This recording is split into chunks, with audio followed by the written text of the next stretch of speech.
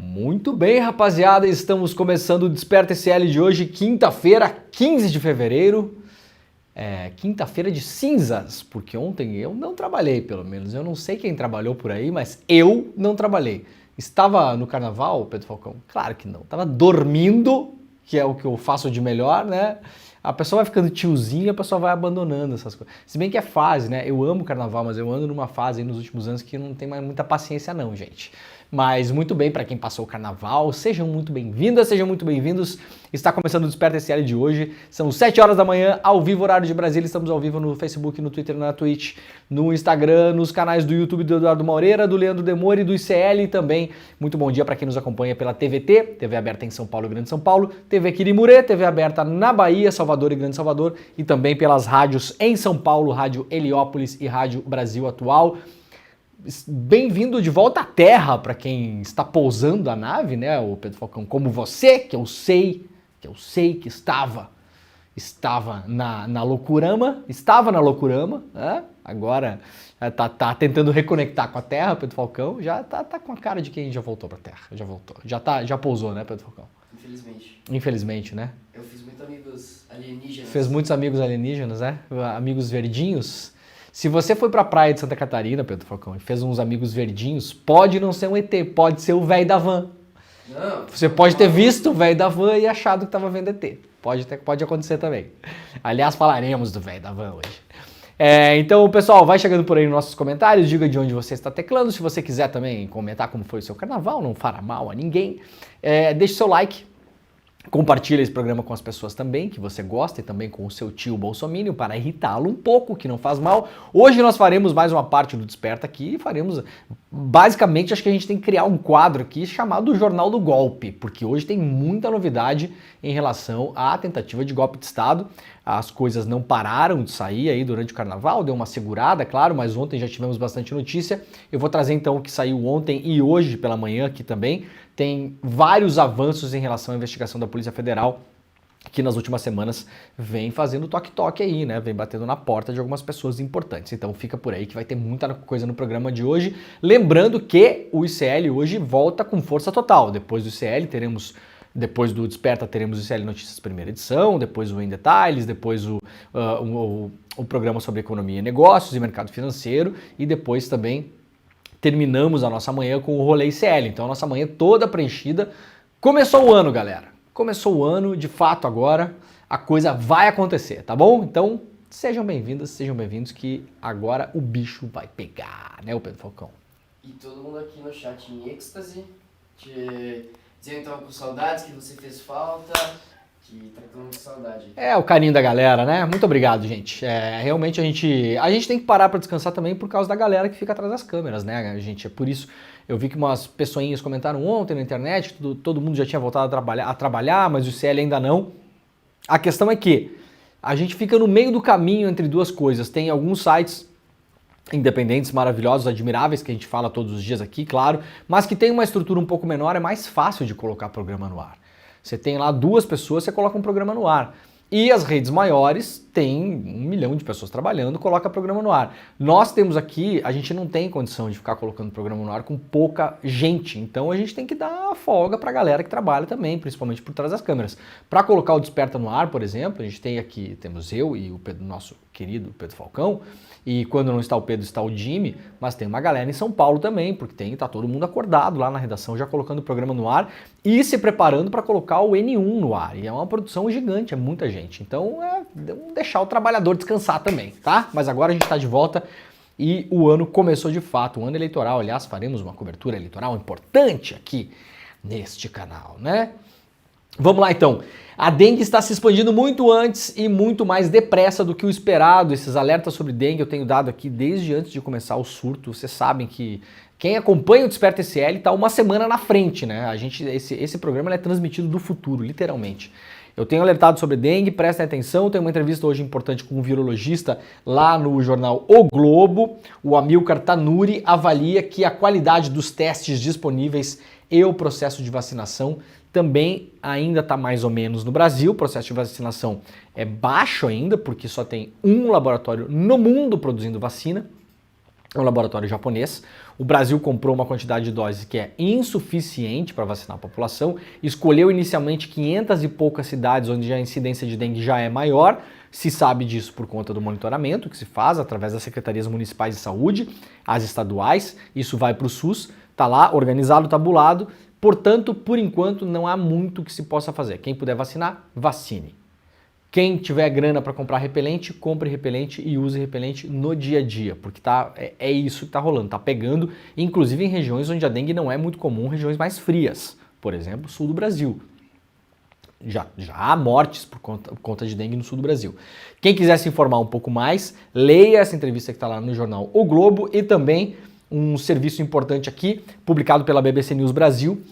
Quais remédios são contraindicados e quais podem ser usados para tratar os sintomas de dengue, mesmo se você não saiba. Aliás, principalmente se você tem sintomas de dengue, meu conselho inicial, não tomar remédio nenhum, porque tem remédio, inclusive remédios de farmácia, esses mais populares, que não precisa de receita, que se você pode piorar o seu caso. No caso de dengue hemorrágica, por exemplo, pode piorar a hemorragia, sabiam?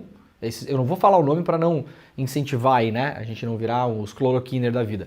Mas os remédios aí mais populares que a gente toma, quando tá com uma dor, aquela coisa ou outra, tem alguns que não dá para tomar, gente.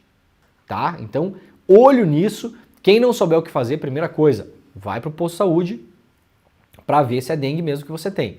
E aí procure um médico, tá? Na dúvida, leia essa matéria, está publicada na BBC News Brasil, em relação aos remédios que se pode e que não se pode tomar. Até onde eu sei, a dengue você só controla sintoma quando você tem. Principalmente a febre e a dor, que são as duas características. Só que tem alguns remédios comerciais que a gente toma, esses de farmácia que tá lá, que é comprar, que não precisa de receita nem nada, que pioram o caso.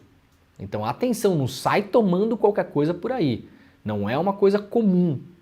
Tá bom? Procure o posto, procure o médico e informe-se. Lá na BBC News Brasil tem essa notícia para a gente ficar um pouco mais ligado no que está rolando. Olha, o ministro Ricardo Lewandowski mal amanheceu no ministério e já determinou o afastamento da direção do presídio de Mossoró e nomeou um interventor. Para quem não sabe, aconteceu a primeira fuga de um presídio desses considerados de segurança máxima no Brasil, lá em Mossoró. 2 apenados fugiram, possivelmente aproveitaram uma obra que estava rolando no presídio. Todos os detalhes são publicados pela imprensa hoje, mas o mais importante é que é a primeira grande tarefa do Lewandowski, justamente numa questão que aflige muito a população brasileira, que é a sensação de insegurança. Eu sempre faço a distinção aqui para a gente ter claro que é uma coisa que é outra. Uma coisa é a insegurança real. O Brasil não é um país seguro, sabemos. É um país violento, sabemos. Há melhores e há piores, mas não é um país fácil. Mas a sensação de insegurança das pessoas, em termos de política, ela é muito mais importante do que a insegurança real. Sabiam disso? Sabe por quê, ô Pedro Falcão? O cara que mora lá na cidade do interior, lá do Paraná, que teve um homicídio nos últimos 5 anos, que tem cidade assim no Brasil, tá, gente? Tem, de fato, tem cidades no Brasil, várias delas que têm índice de segurança super altos. São cidades pequenas, mais isoladas, né? Onde não acontece muita coisa, inclusive não acontece crime. Ele lê esse negócio de Mossoró e a pessoa lá, ela fica com sensação de insegurança. Ela bota lá o arame farpado na casa dela. Precisa? Não precisa. Tem índice de criminalidade na cidade dela? Não tem. Mas a sensação de insegurança leva as pessoas a tomar medidas. E então o primeiro caso do Lewandowski é em relação justamente a isso, que é uma das áreas, aliás, mais mal avaliadas do governo Lula, dos governos brasileiros em geral, historicamente, mas do governo Lula também, sabia, Pedro Falcão? Essa foi uma boa jogada dessa sua camiseta aí para dar essa notícia. Isso aqui é a camiseta, não tem nada a ver, isso aqui é a camiseta do time de natação de Alcatraz. Sacou? Sacou? Aqui, ó. Comprei, mas juro por Deus que não tem nada a ver com isso. Eu comprei em São Francisco, quando eu fui pra lá visitar a cidade, Achei bacana a camiseta. Comprei no aeroporto até. Eu sou esse tipo de turista que compra coisa em aeroporto, sabia? Sabe que você vê um monte de coisa no aeroporto e pensa, quem é o otário que compra essas coisas em aeroporto? Eu. 3 vezes mais caro. Isso, eu sou esse otário. É. Legal. Porque eu esqueço de comprar tudo, eu não compro nada nessa esquerda, aí chega no aeroporto, me arrependo que tô indo embora, não levei nada, eu vou lá e compro. Daí eu comprei essa camisetinha aqui. Gostou, pessoal? Ficou legal Tá. o contraste aí. Tá valendo, né? Bom, lá no G1, para quem quiser ver, o que falta esclarecer sobre a fuga de 2 presos no presídio de segurança máxima de Mossoró, né? É mais por curiosidade mesmo, não. Isso aqui não, assim, isso aqui é notícia porque é uma notícia, porque é um presídio de segurança máxima, os 2 presos são do Comando Vermelho e tal, mas assim, gente, isso aqui, impacto na sociedade brasileira, zero, tá? Zero, tá bom? São 2 presos que fugiram de um presídio lá em Mossoró, 2. Não vai interferir a vida de quem mora em Cacimbinha do Sul, tá bom? Fica tranquilo, a pessoa não vai aparecer na sua casa, beleza? É claro que vai ter que se avaliar o que aconteceu e tal. Geralmente, quando tem fuga de presídio, tem ajuda interna, tá bom? Geralmente. Não sei se é o caso aqui, mas no geral a história nos ensina que quando são presídios de segurança máxima, com vários protocolos, aquela coisa toda, em geral tem ali um dinheirinho que vem, um dinheirinho que vai, tem uma facilitação. A princípio, nesse caso, tinha uma obra no local e essa obra pode ter facilitado a fuga. Quem quiser mais detalhes, está publicado lá no G1. Com guerras e conflitos, gastos militares no mundo em 2023 foram os maiores desde a Segunda Guerra Mundial e a tendência é de um novo recorde em 2024. Isso aqui é impressionante. A guerra na Ucrânia prolongada por mais de um ano, guerra em Gaza estendida pelo Oriente Médio, aumento de testes nucleares da Coreia do Norte, mais manobras militares de Pequim em Taiwan, golpes de Estado no norte da África, conflito no Azerbaijão e tensão entre vizinhos na América do Sul. Esse aqui é o lead, que se chama a primeira parte da matéria, lá do G1. Na minha opinião, tem uma mistureba meio estranha aqui, porque a gente vai ver por quê, tá? Porque assim, ó, a Coreia do Norte, o Azerbaijão e não sei o que representa de gasto militar no mundo quase zero, tá? Isso aqui faz pouco sentido, essa comparação aqui.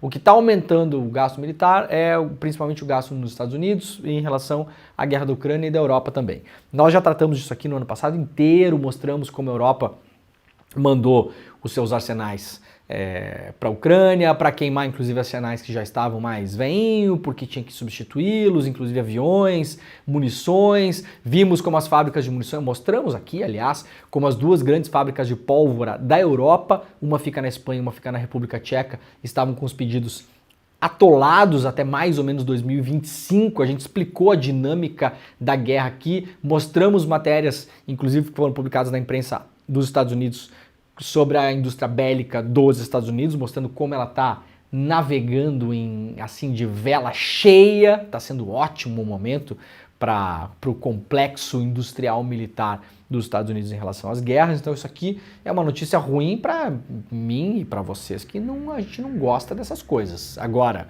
para a economia que gira em torno disso aqui, é uma excelente notícia e tem pouco a ver com golpe de Estado no norte da África e tal. Claro que isso são problemas sérios, mas eu estou dizendo assim, em termos de gasto bélico, a coisa fica meio parada em poucos lugares. Um relatório levanta que anualmente quanto cada país gastou na área, apontou um recorde de 2,2 bilhões de dólares em gastos mundiais na área de defesa em 2023, um aumento de 9% em comparação com o ano anterior. Indica que essa marca deve ser batida de novo em 2024. Um número sem precedentes na história moderna mundial foi impulsionado principalmente pelo aumento dos orçamentos dos países que integram a OTAN. Então esse gasto é feito pela Europa, pelos Estados Unidos, basicamente. Diante de um temor do conflito com a Rússia, atualmente em guerra com a Ucrânia. A OTAN determina que caso um país membro seja invadido, todos os outros devem defendê-los. Os Estados Unidos, que tornaram-se o principal patrocinador da Ucrânia na guerra contra a Rússia, já aprovaram pacotes de ajudas bilionárias a Israel também na luta contra o Hamas. Na luta contra o Hamas não, né, o G1, no genocídio que está acontecendo em Gaza. A quantidade de bomba que está sendo despejada em Gaza não tem nada a ver com o Hamas. Respondem sozinhos por quase metade de todos os gastos militares do mundo. De acordo com o levantamento, só os Estados Unidos gastou o equivalente a 41% de todo o orçamento militar do mundo. Quase metade do orçamento militar é dos Estados Unidos. E a chance de enfrentamento com a Rússia fez também os outros membros da OTAN aumentarem em média seus orçamentos em 32% do ano anterior.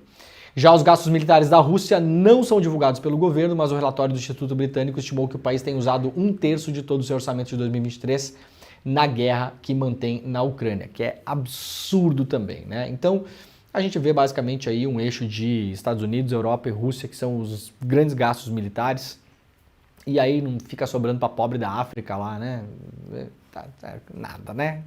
Nada. Não precisava nem estar no topo da matéria isso aí, porque dá uma sensação de que a coisa é mais capilar do que é de fato, né? Bom, o Senado dos Estados Unidos avançou com um pacote de bilhões para a Ucrânia, Israel e Taiwan, publicado lá pelo DCM, e para a gente fazer uma comparação aqui, uma reportagem um pouco mais antiga da BBC News Brasil, mas não deve ter mudado muita coisa, uma escolha que os Estados Unidos fazem. Isso aqui é uma escolha. Enquanto os Estados Unidos sozinhos consomem quase metade do gasto mundial com guerra, os Estados Unidos têm vários indicadores sociais e econômicos que colocam ele próximo ou pior do que países ditos em desenvolvimento. Então essa matéria está publicada lá na BBC News Brasil, matéria de 2017, se a gente atualizar ela vai ver que não mudou muito, aliás muita coisa deve ter piorado.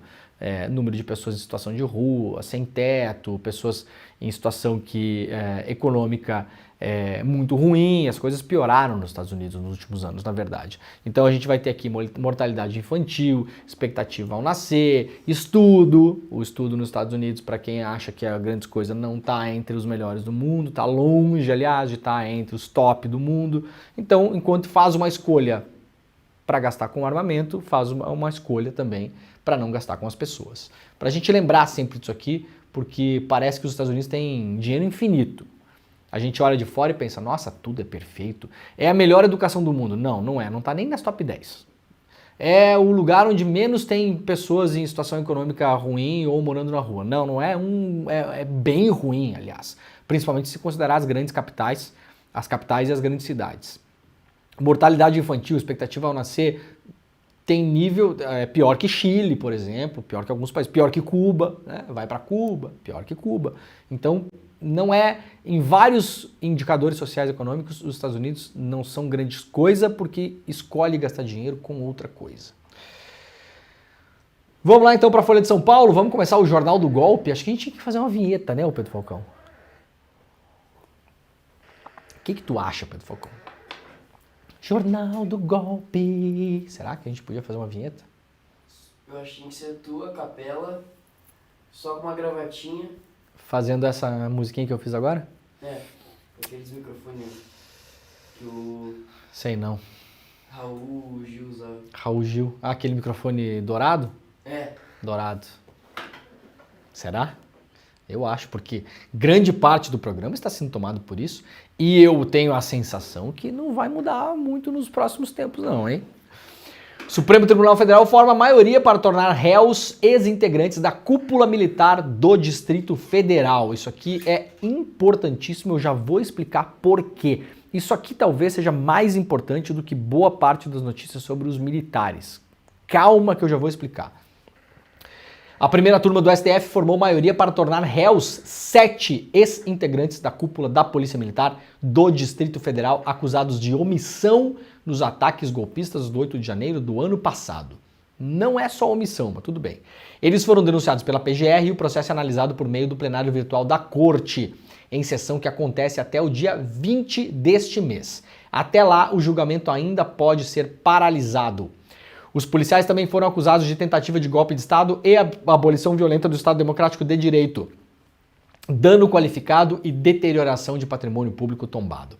Já votaram a favor de aceitar a denúncia o relator do caso, Alexandre de Moraes, e os ministros Cristiano Zanin e Carmen Lúcia. Ainda não votou o ministro Fux. Lembrando que isso aqui é para aceitar a denúncia, tá bom? Investigação da Polícia Federal. Sempre gosto de lembrar o caminho para as pessoas não se confundirem. Investigou, terminou a investigação, indicia. O indiciamento diz pouco, tá, gente? Indiciamento não é necessariamente uma categoria muito relevante, mas vai lá. Indicia. Vai para o Ministério Público. O Ministério Público analisa a investigação. Se necessário, pode fazer investigação suplementar ou pedir mais informações para a polícia. O Ministério Público decide. Vou oferecer denúncia para a justiça ou não. O Ministério Público pode falar, não vou oferecer denúncia. Nesse caso, ofereceu denúncia. Estamos no momento em que agora a justiça, o Supremo Tribunal Federal, está analisando se aceita a denúncia ou não contra a cúpula da Polícia Militar do Distrito Federal. Se aceitar, os PMs viram réus. Esse é o caminho, tá? Alguns PMs estão presos, outros estão em domiciliar. Foram denunciados o então comandante-geral da PM, o Fábio Augusto Vieira, o ex-subcomandante Clepter Rosa, 3 coronéis, um major e um tenente. A cúpula da Polícia Militar está presa preventivamente por ordem de Moraes. De acordo com a PGR, os policiais aderiram subjetivamente às ações delitivas dos golpistas que depredaram Brasília, em vez de agirem para evitar a destruição dos prédios públicos. A PGR, afirma Moraes em seu voto, indicou as diversas omissões em tese dolosas praticadas por responsáveis pela segurança pública do Distrito Federal e que contribuíram para a prática dos atos criminosos do 8 de janeiro. Portanto, agora veremos para que lado vai caminhar.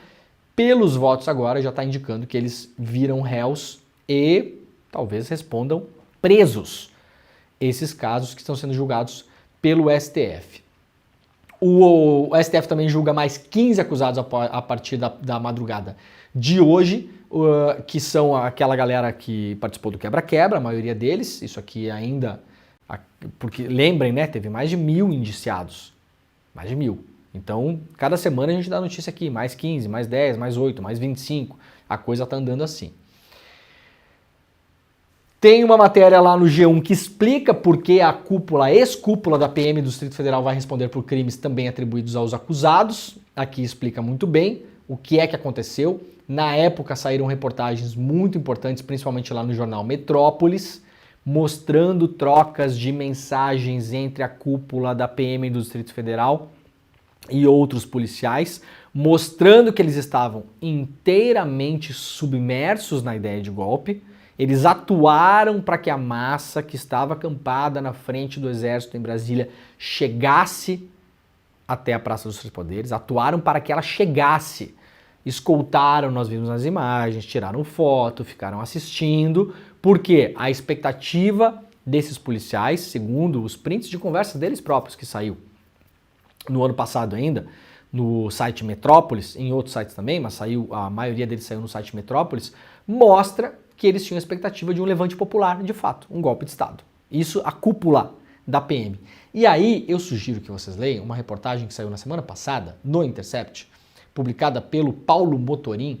Essa reportagem, para mim, é a reportagem definitiva que explica como a Polícia Militar do Distrito Federal ela era a peça-chave na tentativa de golpe de Estado. Até mais em termos de insuflar a população ali no 8 de janeiro, inicialmente, numa fase inicial do que seria um golpe de Estado, até mais do que o Exército Brasileiro e as Forças Armadas no geral. Para além disso, essa reportagem ela mostra muito bem como a cúpula da Polícia Militar do Distrito Federal agiu para colocar no comando dos policiais que estavam em serviço naquele dia um policial que até poucas semanas antes estava afastado da corporação por problemas de saúde mental, estava sem o seu porte de arma, não tinha nenhum prestígio na tropa. Da noite para o dia, a cúpula decide pegar esse policial, o policial Paulo José, se não me engano era um coronel, né? Coronel. Eles pegam esse coronel, que não tinha prestígio da tropa, não era da patota, nunca era colocado em postos de comando, era um cara meio escanteado pela patota da cúpula da PM do DF, estava afastado por muito tempo por problemas de saúde mental, sem porte de arma. Esse cara magicamente volta para o trabalho, é colocado lá pela cúpula, volta para o trabalho e eles colocam esse cara para comandar os PMs que estavam em serviço no 8 de janeiro. O que é que conta essa matéria aqui? É aquelas reportagens que eu falo que a imprensa faz a cada ano bissexto, de fato. Essa reportagem é daquelas que não é esse rame-rame do dia a dia, sabe? é um pedacinho do... É essas coisas que a gente faz também aqui, que é tudo bem, é do jornalismo, mas é uma coisa, digamos assim, menos... Isso aqui é carpintaria, né? Isso aqui é carpintaria do jornalismo. O que a gente faz no dia a dia não é carpintaria, é aquela notícia dada uma atrás da outra. É um pedacinho do inquérito da PF, vazado, que eu consegui e tal, beleza, é do jogo, precisa, faz parte, mas é diferente, isso aqui é outra coisa. Isso aqui é outra coisa, isso aqui é reportagem.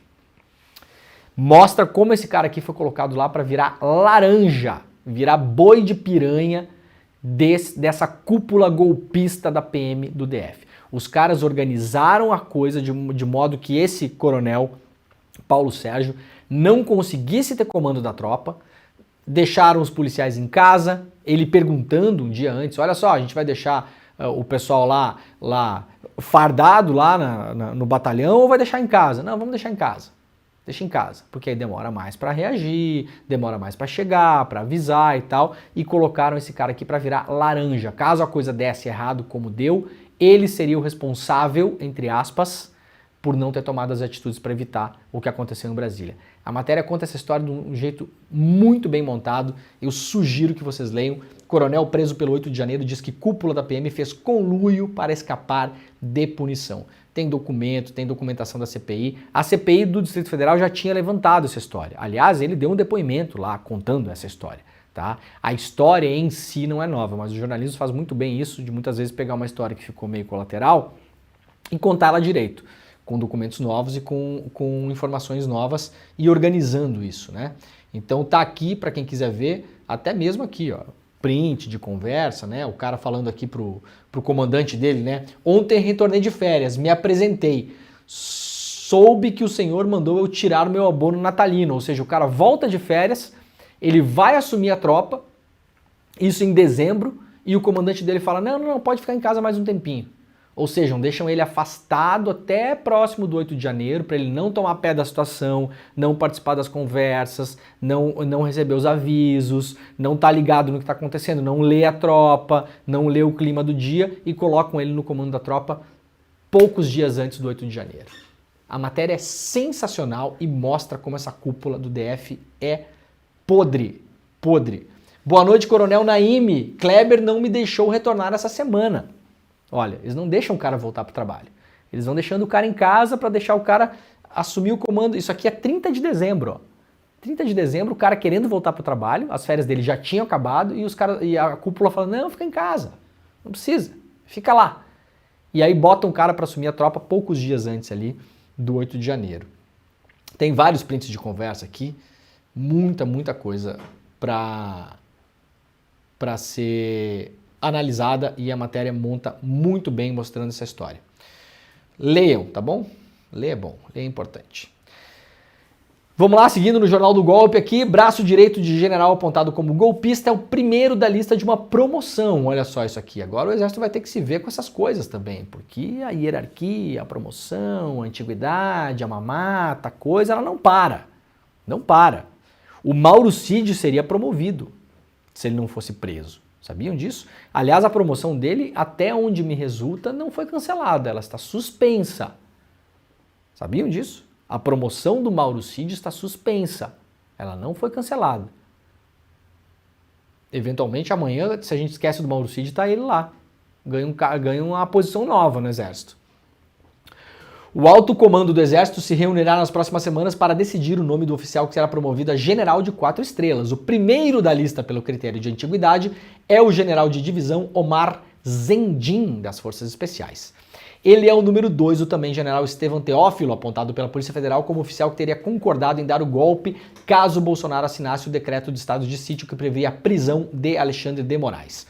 O general de divisão Omar é subcomandante do Comando de Operações Terrestres, o COTER, unidade estratégica para os golpistas. De acordo com a Polícia Federal, além de ser o responsável operacional pelo emprego da tropa caso a medida de intervenção se concretizasse, os elementos indiciários já reunidos apontam que caberiam às Forças Especiais do Exército, os chamados Kids Pretos, nós já mostramos aqui na semana passada quem são os Kids Pretos, a missão de efetuar a prisão do Alexandre de Moraes, caso o decreto fosse assinado.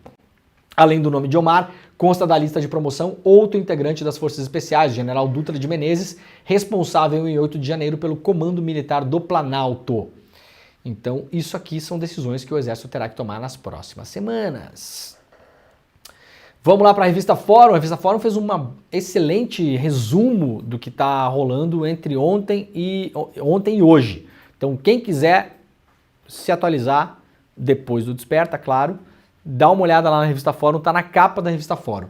Pazuello, Luciano Hang e senador Heinz incentivaram o golpe de Bolsonaro.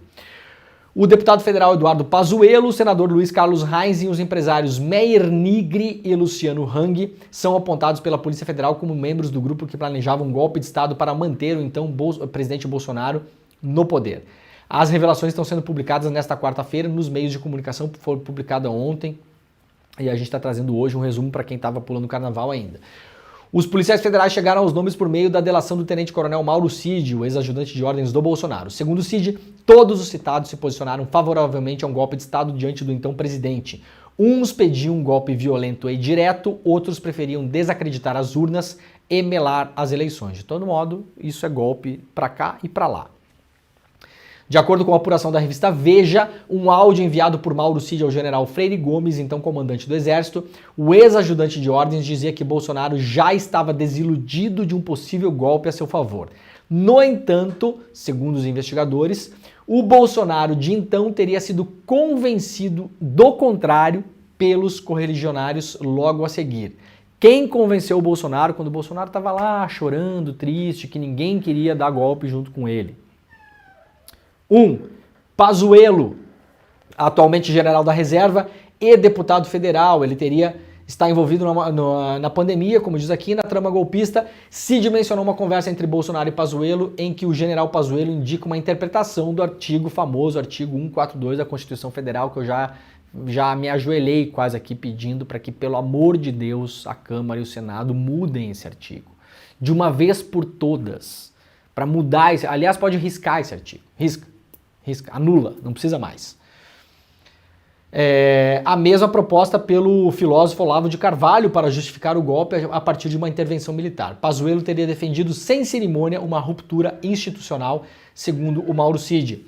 O diálogo já demonstra uma atuação do deputado federal Eduardo Pazuello no sentido de propor uma ruptura constitucional, diz a Polícia Federal, com um fundamento na interpretação equivocada do artigo 142 da Constituição. No sentido, o colaborador Mauro Cid afirmou em acordo de colaboração que o general Pazuello integraria o grupo de radicais que queriam reverter o resultado das eleições. Isso aqui, então, primeira coisa, o Pazuello. Outros dois, Luciano Hang e Meir Nigri. Segundo Cid, quando indagado por Pazuello, Bolsonaro não demonstrou muito interesse nos planos golpistas. No entanto, dias mais tarde, ao ser pressionado pelo empresário Luciano Hang das lojas Avan e Meir Nigri do grupo Tecnisa, o Bolsonaro teria avaliado pedir ao Ministério da Defesa um documento mais duro para, aspas, virar o jogo, ou seja, reverter os resultados eleitorais. O Meir Nigri, para quem não lembra, foi aquele cara que foi indiciado pela CPI dos atos golpistas lá em Brasília como um dos principais interlocutores do Bolsonaro e difusores de notícias falsas sobre as urnas e sobre as eleições, inclusive mensagens violentas. Para quem não vai lembrar, né? Ele estava num grupo de empresários que foi investigado por financiar o esquema e o Bolsonaro chegou a repassar uma mensagem do Nigri que o Bolsonaro recebeu, que era essa mensagem aqui que a gente mostrou na época. Lembram aqui, ó? Essa mensagem aqui o Bolsonaro recebeu do Nigri e encaminhou para outros grupos. Ó. A estratégia e o poder a qualquer custo. O povo está esperto. Compartilhem. Polícia Federal precisa ver isso. Teremos sangue, guerra civil. Essa aqui foi a mensagem encaminhada pelo Bolsonaro para alguns grupos. Ela foi recebida por ele pelo Meir Nigri, esse empresário. Esse aqui, segundo o Cid, é um dos caras que insuflava o Bolsonaro para dar golpe militar. E o velho da van todo mundo conhece, o velho da van, né? O velho da van estava lá colado no Bolsonaro, fez campanha, aquela coisa toda, inclusive cometeu ilegalidades nas suas empresas, forçando os funcionários a votarem no Bolsonaro, motivo pelo qual foi multado em quase 90 milhões por danos morais coletivos, por forçar as pessoas a votarem no Bolsonaro em 2018. E, segundo o Cid, é um dos caras que ficava lá cutucando o Bolsonaro para o cara virar a mesa, para anular a eleição, ficando no negócio da fraude, não sei o quê. Outro é o Luiz Carlos Reis, que surpresa, senador pelo Rio Grande do Sul, outra figura do bolsonarismo que apareceu muito na pandemia, lembram do Reis? Durante a pandemia, falando as barbaridades lá na CPI, ele, notório defensor da cloroquina, aquela coisa toda, ele é citado em um dos trechos da delação do Mauro Cid. De acordo com o Cid, num grupo de radicais, o Reis era a favor de um braço armado e pedia a ruptura institucional mais direta e violenta, enquanto o outro grupo preferia seguir batendo nas urnas e melar as eleições. O senador estaria nesse segundo grupo, perdão. Então o senador não era do grupo que queria ir para o pau diretamente, era o grupo que queria continuar difundindo a questão da fraude nas urnas para anular as eleições, lembrando que o plano de anular as eleições está naquela minuta apreendida com o Anderson Torres e nesse decreto, a gente chama de minutas das coisas, mas não é bem acurado, tá? Minuta do golpe é muito mais a cara daquela que foi apreendida com o Anderson Torres. Aquela realmente era assim um passo a passo. Vamos fazer isso, isso, isso. Aquela indicava uma intervenção no Tribunal Superior Eleitoral, o afastamento e possível prisão do Alexandre de Moraes, que era o presidente do TSE na época, e o acesso às comunicações do Alexandre de Moraes, e-mail, telefone, zap, tudo. Essa é a tal da minuta do golpe. Esse outro documento que foi encontrado no ano passado no celular do Mauro Cid, que é muito semelhante, ou igual ao que foi encontrado na sede do PL com o Bolsonaro na semana passada, semana retrasada, aliás, o tempo não para, né? Ele é mais uma leitura de um decreto, quase uma leitura à nação, uma declaração à nação, um discurso. Claro que nesse discurso tem ali que afastamento, isso, aquilo, que previa também a prisão do Alexandre de Moraes. Inicialmente previa a prisão também do Pacheco, presidente do Senado, e do Gilmar Mendes. Segundo o Mauro Cid, o Bolsonaro, ele próprio, editou essa parte e tirou o Gilmar e o Pacheco. Deixou só o Alexandre de Moraes. Tá? Então, só pra gente lembrar aqui, né? Porque a fake news sobre urna parece uma coisa menos, como eu direi, séria, menos grave. Porque a gente sempre tem a memória da ditadura de 64, dos golpes de Estado violentos, do tanque nas ruas, mas, gente, estamos em 2024, o mundo mudou. Há novas formas de se dar um golpe de Estado. E essa nova forma, ela passa muito pelo uso da máquina de desinformação. Você vai minando a confiança da população em relação ao sistema eleitoral, esse era o plano. Você mira o sistema eleitoral, vai minando a confiança da população no sistema eleitoral, vai colocando dúvida na cabeça das pessoas. A partir do momento que você tem uma massa de milhões de pessoas que apoiam a ideia de que a eleição foi fraudada, qualquer medida que você tomar que pareça menos violenta do que sair matando gente num primeiro momento, pelo menos, vamos lembrar que 64 também não começou tanto assim, né? A coisa encrespou 4 anos depois, a partir de 68. Então, calma lá que é grave sim, é grave. A coisa começou de um jeito muito bem engendrado. Então, segundo o Cid, o Reis integrava esse grupo, usava um documento do Ministério Público Militar que dizia que, como o país estava em GLO para garantir as eleições, o senador entendia que as Forças Armadas poderiam pegar uma urna sem autorização do TSE ou de qualquer instância judicial para a realização de testes de integridade. O senador encaminhava esse entendimento tanto ao Cid quanto ao Bolsonaro para que repassassem esse entendimento ao Ministério da Defesa. Então, o que dizia o senador Luiz Carlos Reis é o seguinte: se o Bolsonaro decretar uma operação de garantia da lei e da ordem, que na prática pode colocar o exército na rua, a gente pode pegar uma urna. Isso é o que o Reis dizia, segundo o Cid. A gente vai lá no local de votação, pega uma urna, sequestra uma urna, pega lá, bota num caminhão, sem autorização de ninguém. E daí nós vamos fazer um teste de integridade, né, senhora? Vocês imaginem o teste de integridade que ia sair. Ia ser feito pelo hacker de Araraquara, né? Que, aliás, o Bolsonaro tentou contratar para fazer showzinho sobre a urna em caminhão de som. Não nos esqueçamos. A Zambelli leva o Walter Delgatti porque o Walter Delgatti poderia participar de um show que era ele em cima de um caminhão de som mostrando como uma urna eletrônica pode ser fraudada. E aí o Delgatti apertaria o 17 ou o 22, sei lá, o número do Bolsonaro, e apareceria a cara do Lula. Lembram disso? Isso foi contado pelo próprio Delgatti, gente. Essa era a história. Com participação, inclusive, de militares, para variar um pouco só. Né? Então, o Heinz defendia que os caras podiam lá pegar a urna. Essa aqui, carrega no caminhão. A gente vai fazer um teste aqui. Aí, claro, o teste ia mostrar que o Lula estava em todos os números, claro, e aí o golpe está consumado. Muito bom esse resumo lá da revista Fórum, tá, gente? Quem quiser dar uma olhada lá. Fala do Pazuello, Luciano Hang, Heinz e Meyer Nigri, 2 empresários, um militar hoje político e um político de carreira, senador pelo Rio Grande do Sul. Polícia Federal usou registros do Alvorada e de celulares para confirmar relato de Mauro Cid sobre a minuta do golpe. Tanto falamos aqui no ano passado sobre as provas que o Cid precisa trazer. Vocês sabem que este programa aqui é um programa descrente de delações premiadas. Vocês sabem disso. Eu não acredito em delator. Eu aqui. Tem gente quem acredita. Eu não acredito em delator. Eu acredito zero em delator. A primeira função do delator é tentar salvar a própria pele. Sempre falo isso aqui. Aliás, nós vimos na semana passada que o Cid pode estar se complicando porque a PF, no meio das investigações, descobriu que ele omitiu coisas. Claro que o delator vai omitir, gente. O delator mente e omite. Não existe outra hipótese de que não seja assim. O delator ele vai fazer um caminho para a delação dele. Ele vai pensar, como eu chego até o final disso aqui, que é me livrar. O objetivo do delator é se livrar, entregando o menos possível do que eu sei. É isso que um delator faz. Por isso que a delação ela é tão complexa e tão polêmica, inclusive. Porque quando você faz uma investigação, você usa os seus recursos de investigador para chegar na verdade.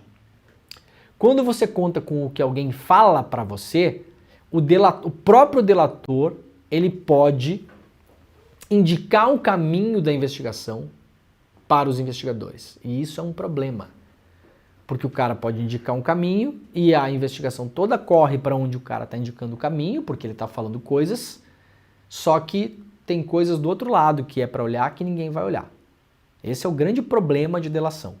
Mas há provas e indícios importantes, que agora, aos poucos, nós vamos sabendo. Isso aqui tem relação com o encontro que o Bolsonaro teve com o seu, aqui ó, registro de movimentação no Alvorada e dados de estações de rádio base permitiram a PF corroborar o relato do Cid e obter mais detalhes sobre participantes de uma discussão que aconteceu no Alvorada.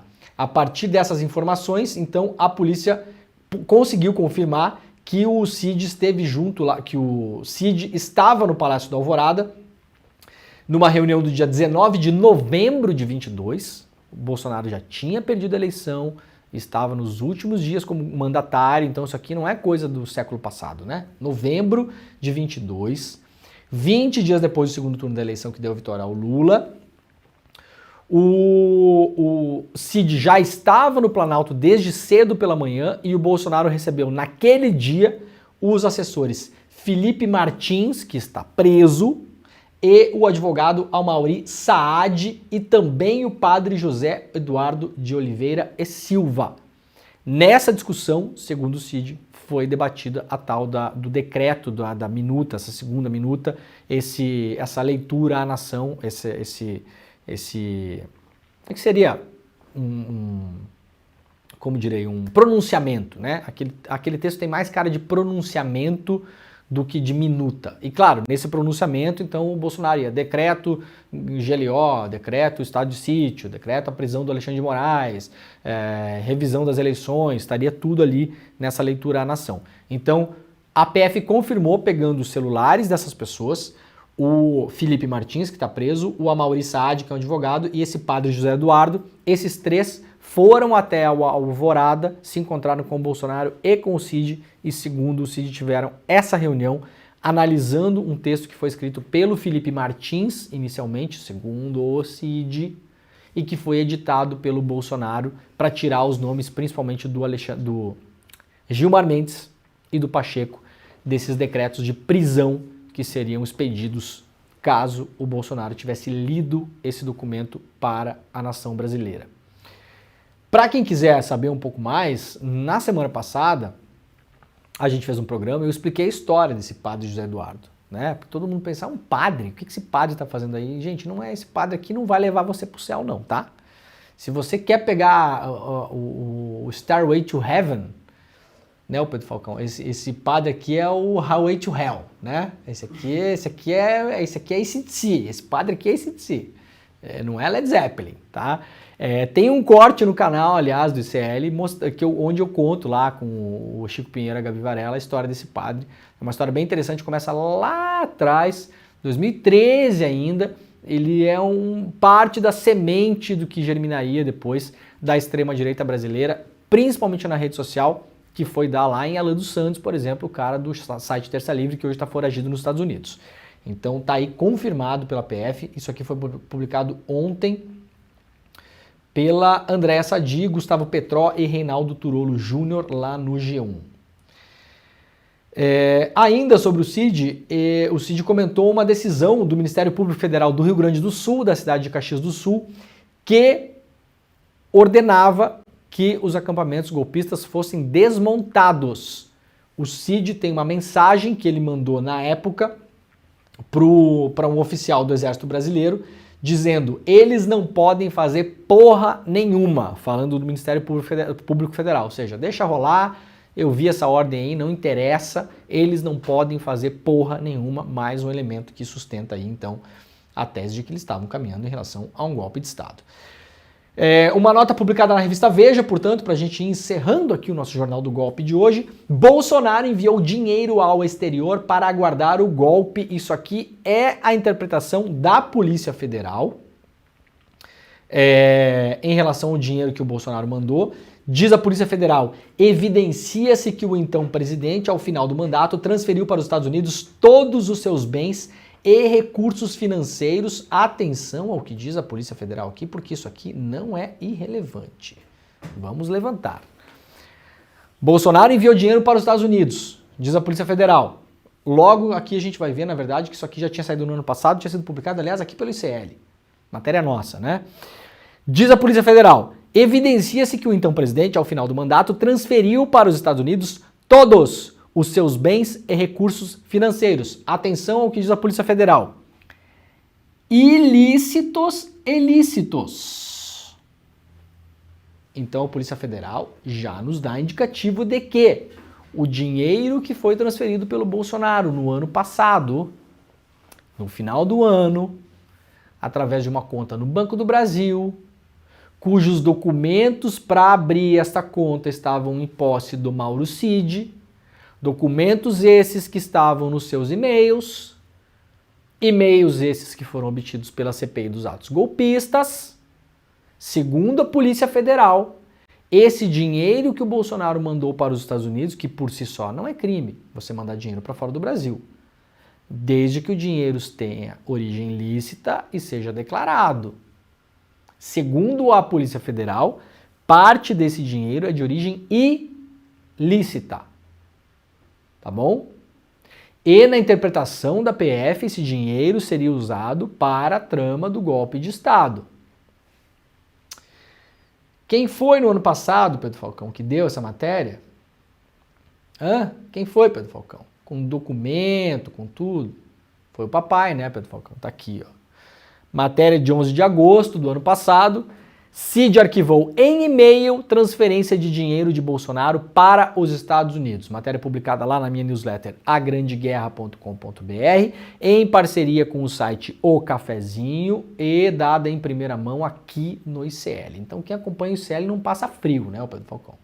Não passa frio. Então em agosto do ano passado, nós já mostramos que o Bolsonaro tinha mandado dinheiro para os Estados Unidos. Aliás, espero que a PF, na sua investigação, cite a nossa matéria, porque foi daqui que saiu o Borogodó. Olha aqui, ó. O tenente-coronel Mauro Cid arquivou em seus e-mails um pedido de transferência de dinheiro de Jair Bolsonaro para os Estados Unidos. Está aqui o pedido, ó. Esse aqui é o documento. Proposta de emissão de ordem de pagamento para o exterior, aqui, ó. O número da agência, isso aqui é documento que virou público, né, gente? Então não há mais nenhum perigo da gente expor os dados do Bolsonaro aqui, tá bom?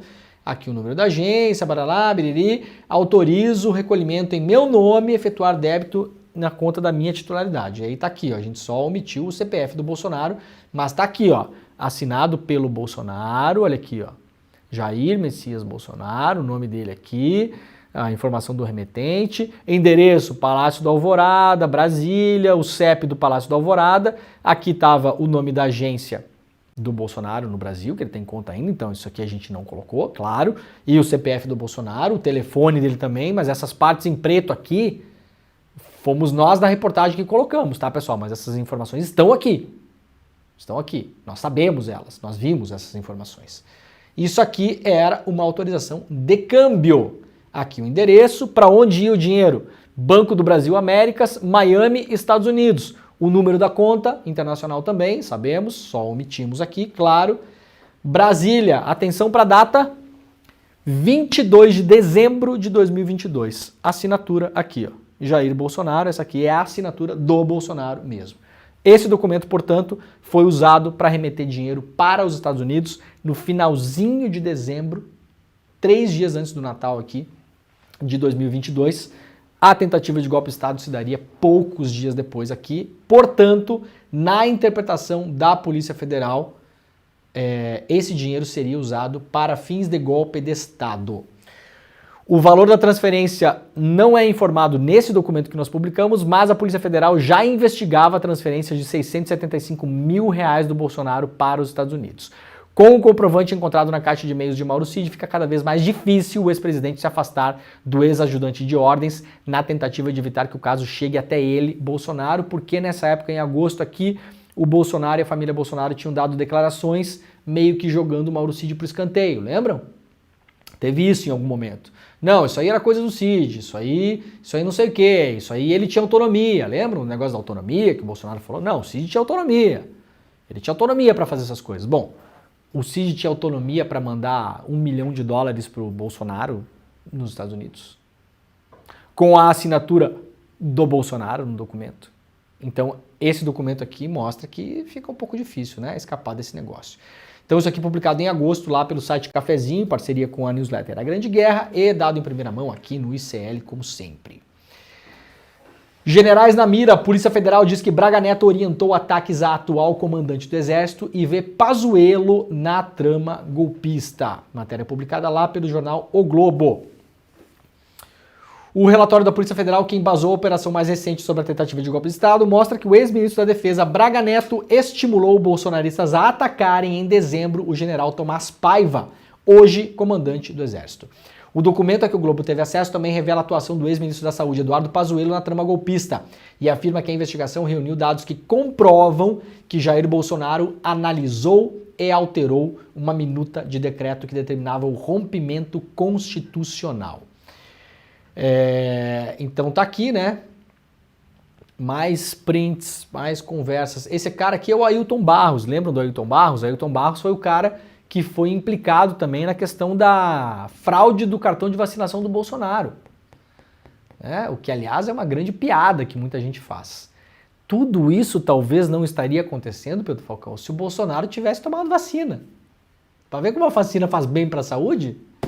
Se o Bolsonaro tivesse só tomado vacina e não enchido o saco de ninguém com esse negócio, talvez ninguém ia saber quem é Ailton Barros, descobrir que o Barros se comunicava com o Braga Neto, né? Aquela coisa toda. Tá aqui o Braga Neto dando as ordens pro...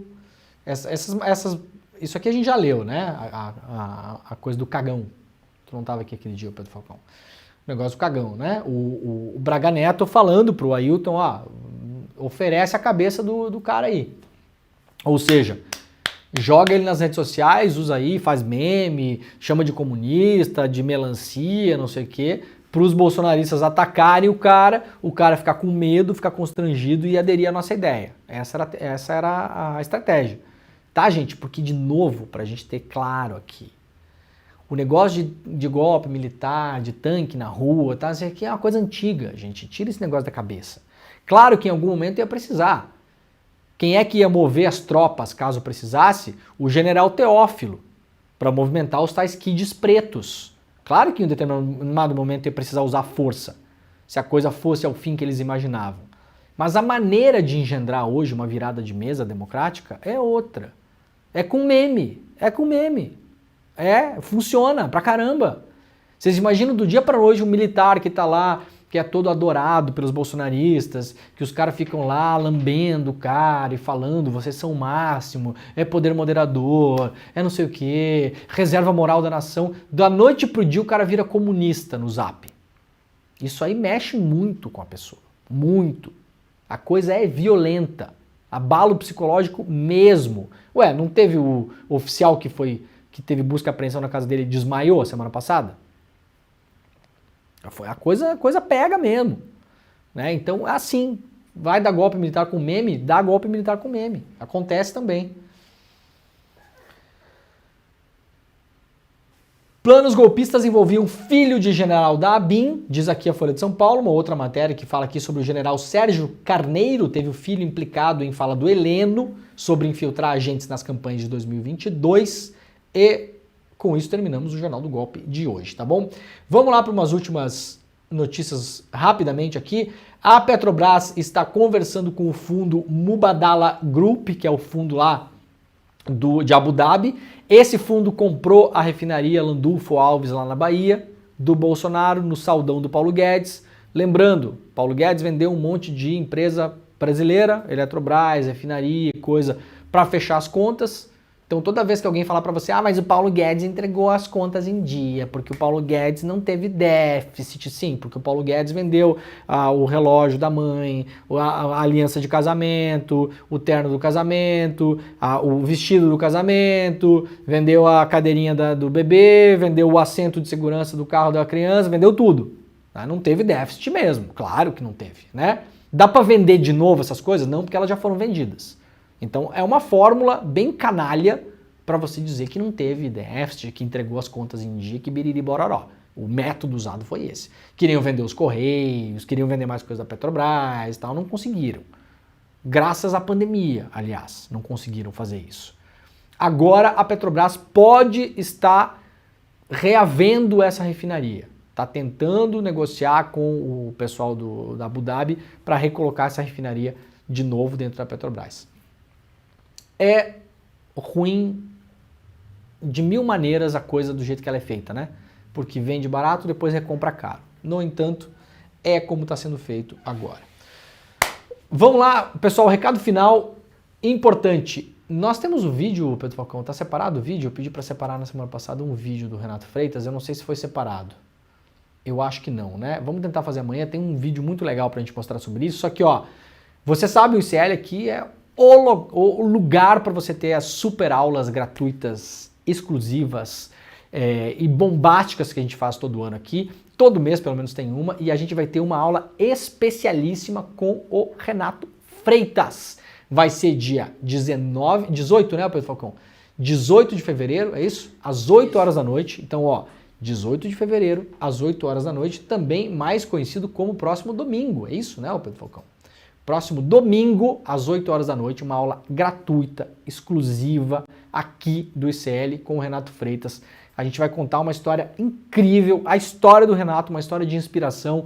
Muitas vezes a gente fala que tem muita coisa bacana lá fora, e tem mesmo, né? É o Mahatma Gandhi, é o Martin Luther King, é o Muhammad Ali, tem essas histórias, mas a gente tem essas histórias no Brasil também, né? Não comparando, personagens históricos diferentes, em momentos diferentes, pessoas diferentes, contextos diferentes, mas a gente tem que olhar para dentro também. A história do Renato é uma história inspiradora. Então, no domingo, às 8 da noite, inscreva-se. É ao vivo, exclusivo e grátis aqui no ICL. A gente tem certeza que a gente vai ter aí dezenas de milhares de pessoas que vão assistir. Como sempre, as aulas do ICL são um sucesso absoluto. O link é, Pedro Falcão, ICL, como é que é? icldesperta.com.br/aula. icldesperta.com.br/aula. icldesperta.com.br/aula. Tá certo esse link, não era desperta icl.com.br/aula? Tudo bem. Vamos passar esse hoje e depois a gente dá uma conferida, porque na semana passada eu acho que eu falei outro. icldesperta.com.br/aula, tá bom? Coloca seu nome, o seu endereço de e-mail, você vai receber por e-mail o link para assistir a aula. De novo, é grátis, ao vivo, exclusivo e grátis. icldesperta.com.br/aula. Corre para lá. É isso, está começando o ICL Notícias, primeira edição. O Desperta de hoje está acabando. Nós voltamos amanhã, às 7 horas da manhã, horário de Brasília. Muito obrigado e tchau. A gente adora assistir esses filmes de Hollywood que mostram uma pessoa que não tinha condição nenhuma quando nasceu e lutou contra muitas dificuldades e acabou se tornando uma pessoa muito importante. E a gente esquece que aqui no nosso país a gente tem exemplos que são tão grandiosos e fortes que deixariam qualquer filme desses de Hollywood no chinelo. Talvez para mim o exemplo mais marcante que a gente tenha seja do deputado Renato Freitas, deputado estadual no Paraná. A mãe do Renato veio da Paraíba, passando por São Paulo até o Paraná, em busca de condições melhores de vida. Na sua infância e adolescência, o Renato teve todas as oportunidades para entrar para uma vida criminosa, mas escolheu se formar em Direito, onde se formou como mestre, e entrar para a política para denunciar a podridão do sistema de poder brasileiro. Se tornou uma das vozes políticas mais importantes do país e uma voz que mostra para a elite como ela é hipócrita e mostra para a periferia o poder que ela tem. Se você quiser assistir a aula mais reveladora e inspiradora já dada no ICL até hoje, se inscreva para assistir a nossa conversa com Renato Freitas, que vai acontecer no dia 18 de fevereiro, um domingo, às 8 horas da noite, no horário de Brasília. É gratuito. E para se inscrever é só clicar no link que vai estar aqui em cima ou aqui embaixo. Chame seus amigos e amigas para participar também. A gente se vê lá.